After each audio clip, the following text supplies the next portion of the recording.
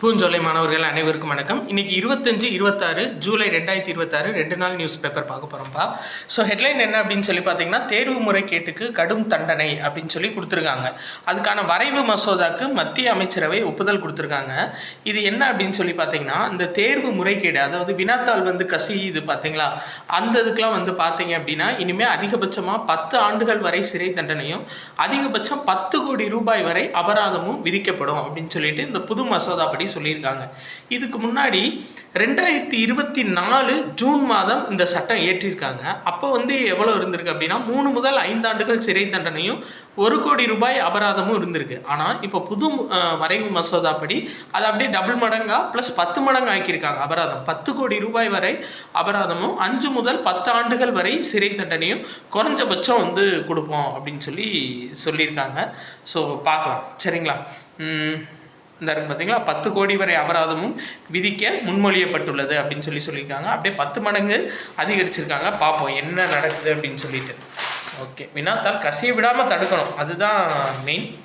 சரி, பார்க்கலாம். ஓகேப்பா, வேற நியூஸ் பார்க்கலாம்.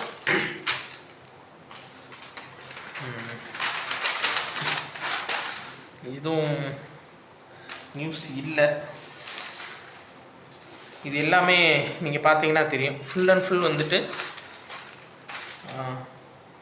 அரசியல் கட்சி சார்ந்த நியூஸ் தான். இது ரொம்ப முக்கியமா என்ன அப்படின்னு சொல்லி பார்த்தீங்கன்னா, ஐஏஎஸ் அதிகாரிகள் ராஜேஷ் லக்கானி, சிவஞானம் இவங்க 2 பேர்த்துக்கு புதிய பொறுப்புகள் கொடுத்துருக்காங்க. என்னன்னு சொல்லி பார்த்தீங்கன்னா, மூத்த ஐஏஎஸ் அதிகாரி ராஜேஷ் லக்கானி அவரை நிர்வாக ஆணையராக தேர்ந்தெடுத்திருக்காங்க. அடுத்து சிவஞானம், ஐஏஎஸ் சிவஞானம் அவரை பேரிடர் மேலாண்மை ஆணையராக நியமனம் செஞ்சுருக்காங்க. இதில் பாருங்கள், இது ரொம்ப முக்கியமானது. ஐஏஎஸ் விதிகள் 1954 விதி 4 கிளாஸ் 2, இது ரொம்ப முக்கியப்பா.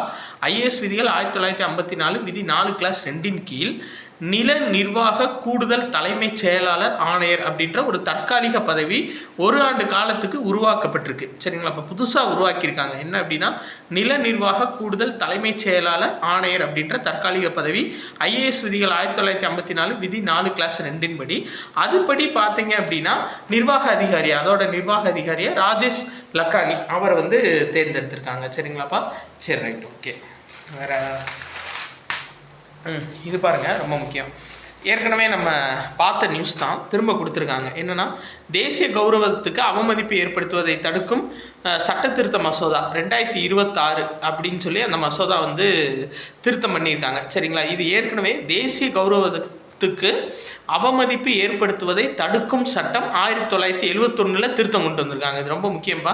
எந்த சட்டத்தில் திருத்தம் கொண்டு வந்திருக்காங்க இந்த மசோதாக்கு, சரிங்களா. தேசிய கௌரவத்துக்கு அவமதிப்பு ஏற்படுத்துவதை தடுக்கும் மசோதாக்கு எந்த சட்டத்தில் திருத்தம் கொண்டு வந்திருக்காங்கன்னா, தேசிய கௌரவத்துக்கு அவமதிப்பை ஏற்படுத்துவதை தடுக்கும் சட்டம் 1971 அதை பேஸ் பண்ணி இந்த மசோதா நிறைவேற்றிருக்காங்க, சரிங்களா. 1971 ஆண்டு சட்டம் வகை, அதாவது குற்றத்திற்கு 3 ஆண்டுகள் வரை சிறை தண்டனை விதிக்க வகை செய்கிறது. எதுனா 1971 சட்டம்.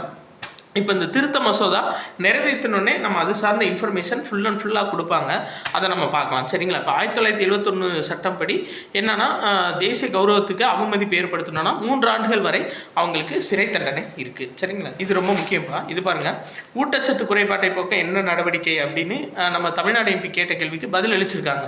இதில் பாருங்கள், தேசிய குடும்ப கணக்கெடுப்பு படி குழந்தைகள் இடையான இரத்த சோகை 67.1% இருக்குது.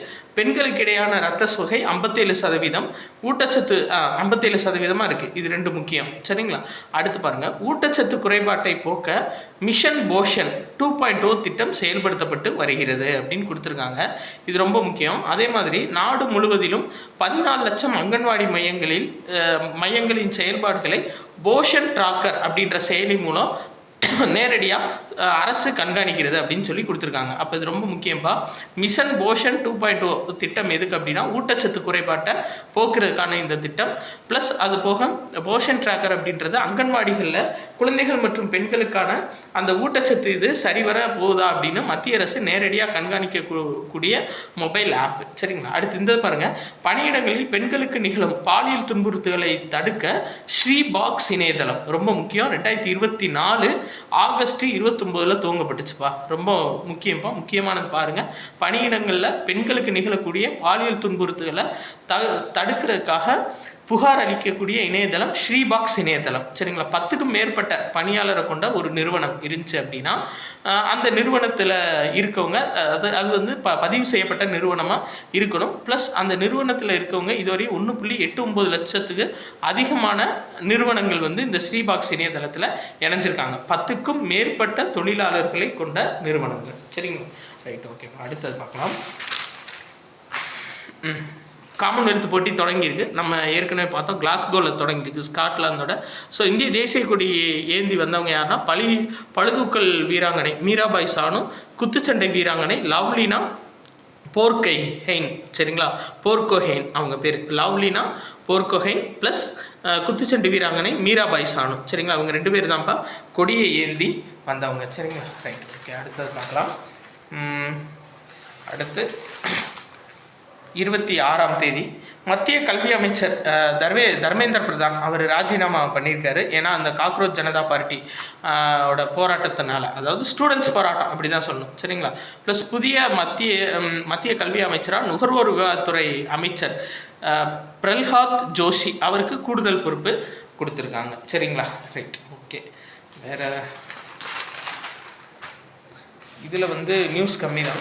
ஆக்சுவலாக இப்போ 3 நாளைக்கு ஒரு தடவை நியூஸ் போடுறதுக்கு காரணம் என்னென்னா, நியூஸ் வந்து ரொம்ப கம்மியாக வருதுப்பா. ஸ்கீம்ஸ் திட்டங்கள் எல்லாம் குறைஞ்சிருச்சு. அதனால தான் 3 நாளைக்கு ஒரு தடவை நியூஸ் போட்டோம். இன்றைக்கி 2 நாளைக்கு ஒரு தடவை ஏன் எடுத்துகிட்டு வந்தோம் அப்படின்னா, இன்றைக்கி கொஞ்சம் நியூஸ் வந்து அதிகமாக தென்பட்டுச்சு நியூஸ் பேப்பரில், அதனால எடுத்துகிட்டு வந்தாச்சு. சரிங்களா, சரி. இந்த பாருங்கள், ஏன்னா ஒரு நாள் நியூஸ் பேப்பர் போட்டால் 1 நிமிஷம் 2 நிமிஷத்துக்கு மட்டும்தான் நியூஸ் இருக்குது.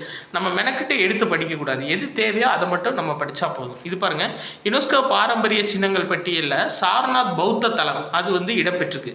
இது ரொம்ப முக்கியம். இங்கே பாருங்கள், தென்கொரியாவோட பூசன் நகரில், சரிங்களாப்பா, யுனெஸ்கோவோட அமைப்பு உலக பாரம்பரிய குழுவோட 48வது அமர்வு நடைபெற்றுருக்கு. இது ரொம்ப முக்கியம். 2026 யுனெஸ்கோ அமைப்போட உலக பாரம்பரிய குழுவோட அமர்வு எங்கே நடைபெறுது அப்படின்னா தென்கொரியாவோட பூசன் நகரில். இந்த பூசன் நகரில் நடைபெற்றதில் எதுக்கெல்லாம் புதுசாக வந்து யுனெஸ்கோ பாரம்பரிய பட்டியல் அங்கீகாரம் கொடுக்கலாம் அப்படின்னு பார்க்கும்போது, இந்தியாவில் உத்தரப்பிரதேச மாநிலத்தில் தொன்மை வாய்ந்த சாரநாத் பௌத்த தலம் இருக்குது. சரிங்களா, அந்த சாரநாத் பௌத்த தலம் உத்தரப்பிரதேச மாநிலத்தில். ஸோ அதுக்கு வந்து பார்த்தீங்க அப்படின்னா யுனெஸ்கோ பாரம்பரிய பட்டியலில் இணைச்சிருக்காங்க. இது இந்தியாவில் இந்த பட்டியலில் இணைக்கப்பட்ட 45வது இடம். ரொம்ப முக்கியம், ஞாபகம் வச்சுக்கோங்க. உத்தரப்பிரதேச மாநிலத்தில் உள்ள சாரநாத் பௌத்த தலம். சரிங்களா, புதுசாக யுனெஸ்கோவில் இணைஞ்சிருக்கு. வேறு ருமேனியாவில் வந்து பார்த்தீங்க அப்படின்னா நம்ம குடியரசுத் தலைவர் திரௌபதி முர்மு போயிருக்காங்க. புகாரெஸ்ட் பல்கலைக்கழகம் அவங்க வந்து கௌரவ டாக்டர் பட்டம் வழங்கியிருக்காங்க. ப்ளஸ் இதோட பிரதமர், ருமேனியா நாட்டோட பிரதமர் இல்லி போலோஜன். சரிங்களாப்பா, இல்லி போலோஜன். ஓகே, வேறு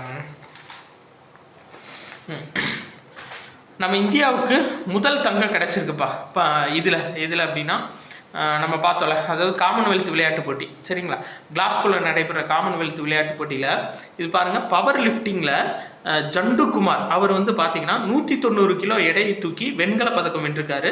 பாரா விளையாட்டு வீரர். சரியாப்பா, ரொம்ப முக்கியம்.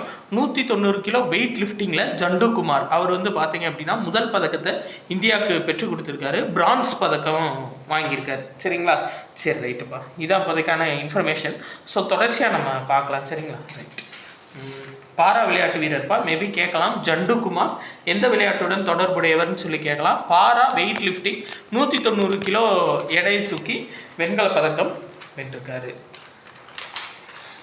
வேறு ஸோ அவ்வளோதான்ப்பா. ஸோ 2 நாள் நியூஸ் வந்து நம்ம ஃபுல் அண்ட் ஃபுல் கம்ப்ளீட் பண்ணியாச்சு. நன்றி.